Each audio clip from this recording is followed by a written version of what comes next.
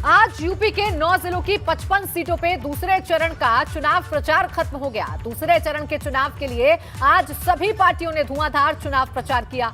अखिलेश यादव बरेली, बदायूं और शाहजहांपुर में थे, तो सीएम योगी आदित्यनाथ ने सहारनपुर और अमरोहा और स्वतंत्र देव सिंह ने शाहजहांपुर में चुनाव प्रचार किया। जबकि भाजपा की सहयोगी अनुप्रिया पटेल ने रामपुर स्वार में चुनाव प्रचार किया। और अब 14 फरवरी को विधानसभा चुनाव के दूसरे चरण का मतदान होगा, जिसमें 9 जिलों सहारनपुर, बिजनौर, संभल, रामपुर, बरेली, बदायूं, शाहजहांपुर, अमरोहा और मुरादाबाद की 55 सीटें आती हैं।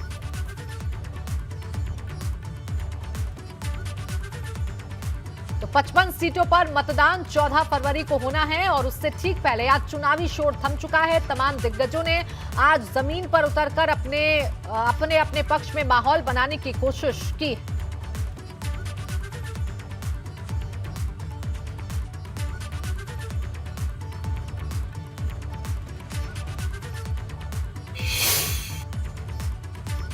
यूपी में एक तरफ जहां दूसरे चरण के लिए प्रचार थम गया, तो वहीं दिग्गज नेता अब तीसरे चरण के चुनाव के लिए भी ताकत झोंकने में लगे हैं।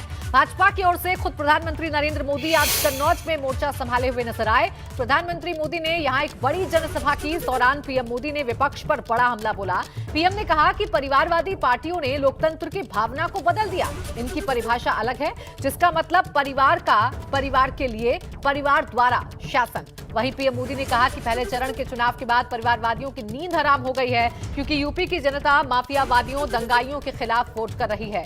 यही पीएम मोदी ने यह भी कहा कि जनता जानती है कि आएगी तो भाजपा ही, आएंगे तो योगी ही।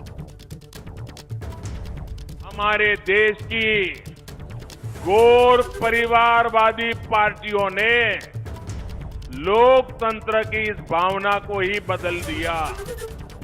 ये लोगों का मंत्र क्या बन गया है, ये लोग क्या कहते हैं, उनका सूत्र क्या है?